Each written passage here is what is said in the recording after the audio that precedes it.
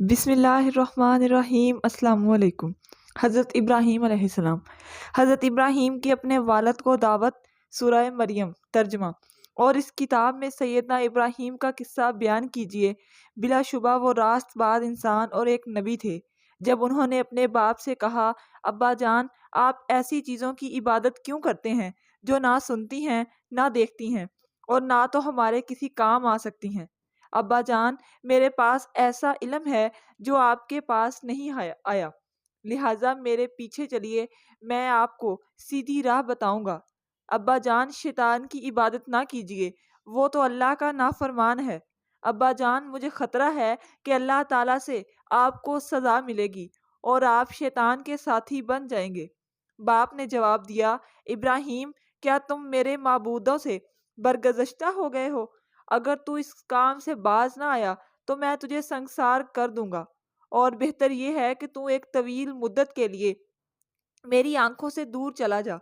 ابراہیم نے جواب دیا، ابا جان، آپ پر سلام ہو، میں اپنے پروردگار سے آپ کے لیے بخشش کی دعا کروں گا۔ بلا شبہ میرا پروردگار مجھ پر مہربان ہے۔ میں آپ لوگوں کو چھوڑے جا رہا ہوں، اور ان کو بھی جنہیں تم لوگ اللہ کے سوا پکارتے ہو، اور میں تو اپنے پروردگار ہی کو پکاروں گا۔ مجھے امید ہے میں اپنے پروردگار کو پکار کر محروم نہ رہوں گا۔ دوسرا حصہ، حضرت ابراہیم کا بت شکنی کا واقعہ، سورہ انبیاء، ترجمہ۔ اور اس سے بھی پہلے ہم نے ابراہیم کو ہوش مندی بخشی، اور ہم اس کے خلاف کے خیال سے واقف تھے جب اس نے اپنے باپ اور اپنے قوم سے کہا تھا کہ یہ مورتیاں ہیں جن کے آگے تم بندگی کیے بیٹھے ہو۔ وہ کہنے لگے، ہم نے اپنے آباء و اجداد کو انہی کی عبادت کرتے پایا ہے۔ حضرت ابراہیم علیہ السلام نے کہا، پھر تو تم بھی اور تمہارے آباء و اجداد بھی کھلی گمراہی میں پڑے ہوئے ہیں۔ وہ کہنے لگے، کیا تو ہمارے پاس کوئی سچی بات لایا ہے یا ویسے ہی دل لگی کر رہا ہے؟ اس نے جواب دیا، دل لگی نہیں، بلکہ سچی بات یہی ہے کہ تمہارا پروردگار وہی ہے جو آسمانوں اور زمین کا مالک ہے، جس نے انہیں پیدا کیا، اور میں اس بات پر گواہی دیتا ہوں، اور اللہ کی قسم، میں تمہارے چلے جانے کے بعد تمہارے تینوں سے ضرور دو دو ہاتھ کروں گا۔ چنانچہ بڑے بت کو چھوڑ کر باقی سب بتوں کو ابراہیم نے ٹکڑے ٹکڑے کر دیا تاکہ وہ اس بڑے بت کی طرف رجوع کریں۔ وہ کہنے لگا، ہمارے معبودوں کا یہ حال کس نے کر دیا؟ بلا شبہ وہ بڑا ظالم ہے۔ بعض لوگ کہنے لگے، ہم نے ایک نوجوان کو ان بتوں کا ذکر کرتے سنا تھا جس کا نام ابراہیم ہے۔ وہ کہنے لگے، پھر اسے لوگوں کے سامنے لاؤ تاکہ وہ دیکھ لیں کہ ہم اس سے کیا کرتے ہیں۔ جب ابراہیم علیہ السلام آ گئے تو انہوں نے پوچھا، ابراہیم، ہمارے معبودوں سے یہ کارستانی تم نے کی ہے؟ ابراہیم نے جواب دیا، نہیں، بلکہ ان پر بڑے بتوں نے کچھ کیا ہوگا، لہٰذا انہی ٹوٹے ہوئے بتوں سے پوچھ لو اگر بولتے ہیں۔ پھر انہوں نے اپنے دل میں سوچا تو دل میں کہنے لگے، ظالم تو تم خود ہو۔ پھر لاجواب ہو کر شرم کے مارے سرنگوں ہو گئے اور کہنے لگے، یہ تو تمہیں معلوم ہی ہے کہ یہ بولتے نہیں۔ اس پر ابراہیم علیہ السلام نے کہا، پھر کیا تم ایسی چیزوں کی عبادت کرتے ہو جو نہ تمہیں کچھ فائدہ دے سکیں اور نہ نقصان پہنچا سکیں؟ تو میں اور تم اور ان پر بھی جنہیں تم اللہ کے سوا پوجتے ہو، کیا تم ذرا بھی نہیں سوچتے؟ وہ بولے، اگر تمہیں کچھ کرنا ہے تو ابراہیم کو جلا ڈالو اور اس طرح اپنے معبودوں کو امداد کرو۔ ہم نے آگ کو حکم دیا، اے آگ، تو ابراہیم پر ٹھنڈی ہو جا اور سلامتی والی بن جا۔ وہ تو چاہتے تھے کہ ابراہیم کو دکھ پہنچائیں، مگر ہم نے انہی کو امتحان میں ڈال دیا، اور ابراہیم اور لوط کو ان سے بچا کر اس سرزمین شام کی طرف لے گئے جس میں اہل علم کے لیے برکتیں رکھی ہیں۔ حضرت ابراہیم کی دعوت۔ سیدنا ابراہیم علیہ السلام کی عمر 185 سال تھی۔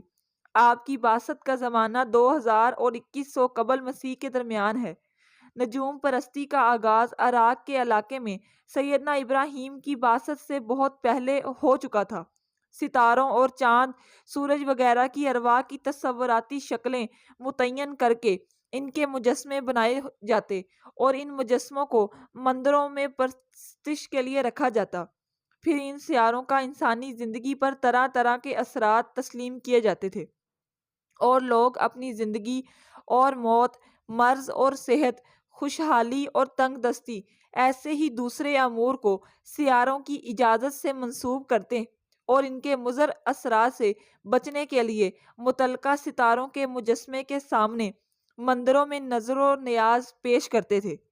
مندروں کے نام پر بڑی بڑی جاگیریں وقف کی جاتی اور ان کے سرمایے کو تجارت اور صنعت پر بھی لگایا جاتا، اور یہ سب کام مندروں کے پجاریوں کی معرفت طے پاتا تھا۔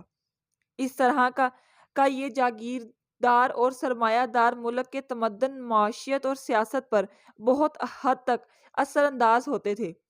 سیدنا ابراہیم کا باپ ایسے ہی کسی مندر کا شاہی مسند تھا۔ نذرانے وصول کرنے کے علاوہ بت گری اور بت فروشی کا کاروبار بھی کرتا تھا۔ کھانے پینے کی فراغت کے علاوہ معاشرے کے معززین میں ان کا شمار ہوتا تھا۔ آپ نے ایسے ہی ماحول میں پرورش پائی۔ آپ کو معلوم ہوا کہ فلاں فلاں قسم کے بت فلاں ستارے کے ہیں، اور فلاں بت چاند کے، اور فلاں سورج کے۔ علاوہ عظیم لوگوں نے اپنے شہروں کے نام پر انہی بتوں کے نام رکھے ہوئے تھے۔ آپ کو بچپن ہی میں فطرت سلیمہ عطا ہوئی۔ معاشرے کے ان حرکات سے اور گھر کے ایسے ماحول سے ان کی طبیعت بیزار رہتی تھی۔ آپ کی قوم بت پرست اور نجوم پرست تھی۔ آپ کا باپ آذر نمرود شاہ عراق کی طرف سے شاہی بت خانے کا مسند اور منتظم تھا۔ وہ بت تراش بھی تھا اور بت فروش بھی۔ آپ نے سب سے پہلے اپنے گھر میں اصلاح و دعوت کا آغاز کیا۔ اپنے باپ سے کہا کہ آپ نے اور آپ کی قوم نے یہ جو مندروں کے بت بنا رکھے ہیں اور انہیں اپنا حاجت رواں سمجھ رہے ہیں، یہ تو انتہائی غلط روش اور سراسر گمراہی ہے۔ جب اپنے باپ ہی کو نہایت نرم الفاظ میں تبلیغ کرنا شروع کی تو اس نے بادشاہ وقت نمرود سے سیدنا ابراہیم کا ذکر کیا تو اس نے آپ کو دربار میں طلب کر لیا۔ سیدنا ابراہیم نے نمرود پر حجت قائم کر کے اسے مناظرے میں لاجواب کر دیا۔ اگلے مرحلے میں آپ نے قوم کو دعوت دینے کا سلسلہ شروع کیا۔ چنانچہ آپ نے قوم کو متوجہ کر رہے تھے اور انہیں دعوت دینے کی غرض سے ایک حکیمانہ منصوبہ بنایا۔ ایک دن جب سب لوگ محفل جمائے بیٹھے تھے تو آپ نے لوگوں کو ایک چمکدار ستارے کی طرف متوجہ کیا اور کہا، یہ میرا رب ہے۔ جب قوم خوش ہو گئی کہ ہمارے معبود کو اس نے مان لیا تو آپ نے اس ستارے کے غروب ہونے پر فرما دیا، جو چیز میرے پاس موجود بھی نہیں رہ سکتی وہ میری یا کسی دوسرے کی مشکلات کو کیا دور کرے گی۔ اسی طرح کسی روز تک چاند کو دیکھا تو اس کے رب ہونے کے بارے میں قوم کو مطلع کیا تاکہ وہ متوجہ ہو جائیں، لیکن اس کے غروب ہونے پر بھی یہی تبصرہ کیا۔ آپ نے قوم کے شرک پر تنقید کر ڈالی، پھر سورج کو بڑا ہونے کی بنیاد پر رب قرار دے کر قوم کی توجہ حاصل کی، وہ بھی غروب ہو گیا۔ تو آپ نے قوم پر حجت کر دی کہ یہ جو چیزیں نظم و ضبط کی اس قدر پابند اور اپنے اپنے فارم پر مجبور اور بے بس ہیں، وہ خدا کیسے ہو سکتی ہیں؟ خدا تو وہی ہو سکتا ہے جس نے ان تمام چیزوں کو کنٹرول میں رکھا ہوا ہے۔ آخری مرحلے میں آپ نے قوم کے بتوں کو توڑ ڈالا تاکہ ان کے مجبور محض ہونے کا یقین لوگوں کو دلا سکیں، لیکن قوم کے لوگ ماننے کی بجائے بپھر گئے اور آپ کو آگ میں ڈال دیا، جس سے اللہ نے آپ کو بچا لیا اور اپنے شام کی جانب ہجرت کی۔ حضرت ابراہیم کی ہجرت۔ آخر آپ ہجرت کر کے سیدنا لوط کے ہمراہ فلسطین کی طرف چلے گئے، پھر وہاں سے مصر کی طرف ہجرت کی تو شاہی کارندے آپ کی بیوی سارہ کو پکڑ کر لے گئے، جس سے بادشاہ کو کافی تکلیف پہنچی۔ بالآخر اس نے ہاجرہ کو ہمراہ کر دیا، جہاں آپ نے حضرت ہاجرہ سے شادی کی۔ حضرت ہاجرہ کے بارے میں یہ مشہور ہے کہ آپ ایک لونڈی تھی۔ مولانا عبدالستار غوری نے اس رائے کو چیلنج کیا ہے اور ان کے مطابق یہ بات درست نہیں ہے کہ ہاجرہ سارہ کی باندی یا کنیز تھی۔ حقیقت یہ ہے کہ وہ ایک شہزادی تھی اور مصری بادشاہ کی بیٹی تھی۔ جس نے انہیں حضرت ابراہیم علیہ السلام اور ان کی بیوی سارہ کی خدمت کے لیے پیش کیا تھا، تاکہ وہ ایک پاکیزہ ماحول میں پرورش پائے، جہاں بائبل کے مؤلفین نے جان بوجھ کر لونڈی یا باندی کے طور پر پیش کیا ہے۔ مزید غور اور تحقیق کا متقاضی ہے کہ حضرت اسماعیل کی پیدائش و قربانی کافی عمر ہونے کے بعد ابھی تک اولاد نہ تھی، لہٰذا اللہ سے دعا فرمائی کہ مجھے ایک صالح بیٹا عطا فرمائے جو میرے گھر کی رونق بنے۔ اللہ نے آپ کو جس بیٹے کی بشارت دی اس کی نمایاں صفات حلیم تھی۔ حضرت اسماعیل علیہ السلام کی پیدائش حضرت ہاجرہ سے ہوئی۔ اللہ کے حکم سے اپنے دونوں کو مکہ کی وادی میں بسا دیا تاکہ ایک ایسی قوم کی داغ بیل پڑ سکیں جس میں آخری پیغمبر کی بعثت ہو۔ یہاں آپ اکثر آتے جاتے رہتے اور حضرت اسماعیل علیہ السلام اور ان کی والدہ کی خبر گیری کرتے رہتے تھے۔ سیدنا اسماعیل علیہ السلام جب اس عمر کو پہنچے جب وہ اپنے باپ کے کاموں میں ان کا ہاتھ بٹا سکے تو سیدنا ابراہیم علیہ السلام ایک اور بہت بڑی آزمائش میں ڈالا گیا۔ آپ کو 3 راتیں مسلسل خواب آتا رہا جس میں آپ دیکھتے تھے کہ آپ اسی بیٹے کو جسے آپ نے اللہ سے دعا کر کے لیا تھا اور جو آپ کے بڑھاپے میں آپ کا سہارا بن رہا تھا، ذبح کر رہے ہیں۔ چنانچہ آپ نے سمجھ لیا کہ اللہ کی طرف سے حکم ہے۔ چنانچہ سیدنا ابراہیم نے اپنے نوجوان بیٹے کو یہ خواب بتا کر ان کی رائے دریافت کی۔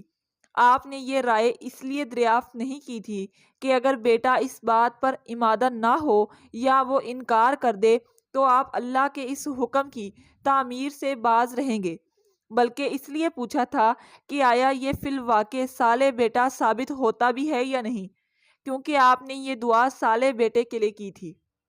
سیدنا اسماعیل علیہ السلام اس قدر خندہ پیشانی اور فراخ دلی سے قربان ہونے کے لیے تیار ہو گئے جس کی دوسری کوئی مثال دنیا میں نہیں مل سکتی۔ وہ ایک نہایت صالح اور انتہائی فرما بردار بیٹے ثابت ہوئے، کیونکہ بیٹے کی قربانی دینے کا حکم تو باپ ہی کو ہوا تھا، بیٹے کو قربان ہو جانے کا حکم نہیں ہوا تھا۔ بیٹے نے اپنے والد کے فرمان کے بلا چور چراغ تسلیم کر کے اپنے والد کی بھی انتہائی خوشنودگی حاصل کر لی اور اپنے پروردگار کی بھی۔ سیدنا ابراہیم نے اپنے بیٹے کو پیشانی کے بل اس طرح سے لٹایا تاکہ شفقت تکمیل الہی میں آڑے نہ آ جائے۔ چھری چلاتے وقت ہاتھ میں لغزش واقع نہ ہو۔ منہ کے بل لٹانے سے نہ بیٹے کا چہرہ نظر آئے گا نہ بجرانہ جذبات سامنے ہوں گے۔ کہتے ہیں کہ سیدنا اسماعیل علیہ السلام نے اس لیے مصلحت کے پیش نظر خود آپ اپنے والد محترم کو ایسا مشورہ دیا۔ جب آپ اور بیٹا دونوں نے اللہ کی فرما برداری کی بے نظیر مثال قائم کر دی تو اس وقت رحمت الہی جوش میں آ گئی اور فوراً سیدنا ابراہیم پر وحی نازل ہوئی کہ بس اس سے زیادہ کچھ نہ کرو، یہ تو صرف تمہارا امتحان لینا مقصود تھا، وہ پورا ہو چکا جس میں تم کامیاب ہو چکے۔ ہمارا یہ مقصود ہرگز نہ تھا کہ تم فی الواقع بیٹے کو ذبح کر ڈالو۔ واضح رہے کہ سیدنا ابراہیم نے جو خواب دیکھا تھا وہ یہ تھا کہ میں ذبح کر رہا ہوں، یہ نہیں دیکھا تھا کہ میں نے ذبح کر دیا ہے، اور جتنا خواب آپ نے دیکھا تھا اتنا کام ہو چکا تو آگے ذبح کر دینے سے اللہ تعالیٰ نے روک دیا۔ یہی ہمارا دستور ہے کہ ہم نیکوکار لوگوں کو آزمائش میں ڈالتے ہیں، پھر جب وہ اس آزمائش میں پورے اترتے ہیں تو ان کے درجات بلند کرتے ہیں، ان کو فضیلت عطا کر دیتے ہیں، پھر جس آزمائش میں ہم انہیں ڈالتے ہیں اس سے نکلوا بھی دیتے ہیں۔ جیسے سیدنا ابراہیم علیہ السلام کو آگ میں ڈالا گیا اور ان کو وہاں سے نکال بھی لیا گیا اور ان کا مرتبہ بھی بلند کیا، اسی طرح بیٹے کی قربانی کی آزمائش میں ان کے بیٹے کو بھی بچا لیا اور درجات بھی بلند کیے۔ حضرت ابراہیم علیہ السلام کی امامت۔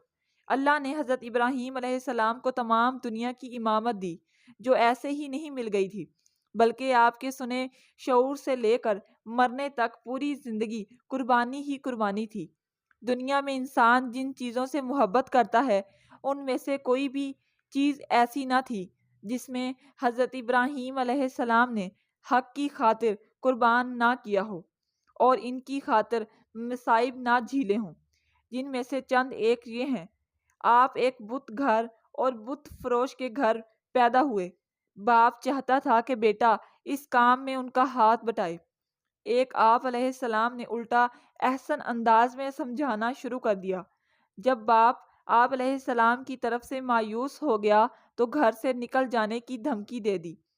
آپ نے دین حق کے لیے جلا وطنی کی صحبتیں برداشت کیں، قومی میلے کے موقع پر بتوں کو پاش پاش کیا، جس کے نتیجے میں آپ علیہ السلام کو آگ پہ جلا دینے کا فیصلہ ہوا۔ آپ علیہ السلام نے بخوشی اس کو قبول کیا۔ آپ علیہ السلام نے اپنی بیوی ہاجرہ علیہ السلام اور دودھ پیتے بچے کو اللہ کے حکم کے مطابق ایک بے آب و گیا میدان میں جا چھوڑا، جہاں کھانے پینے کا کوئی بندوبست نہ تھا اور نہ ہی دور دور تک کسی آبادی کے آثار نظر آتے تھے۔ بوڑھی عمر میں ملے ہوئے بچے اسماعیل علیہ السلام جب ذرا جوان ہوئے تو ان کو قربان کر دینے کا حکم ہوا، تو آپ بے دریغ اور بلا تامل اس پر آمادہ ہو گئے۔ غرض آپ کی قربانیوں اور آزمائشوں کی فہرست خاصی طویل ہے۔ آخر اللہ تعالیٰ نے خود یہ سرٹیفکیٹ عطا کر دیا کہ ہم نے ابراہیم علیہ السلام کی کئی باتوں سے آزمائش کی تو وہ ہر امتحان میں پورا اترے۔ لہٰذا اللہ نے ان امتحانوں کے نتیجے میں آپ کو دنیا جہاں کا امام بنا دیا اور آئندہ قیامت تک کے لیے سلسلہ نبوت کو آپ علیہ السلام ہی کی اولاد سے منسلک کر دیا، اور دنیا کے اکثر و بیشتر مذاہب اپنے مذہب کی آپ علیہ السلام کی طرف نسبت کرنا باعث عزت اور افتخار سمجھتے ہیں۔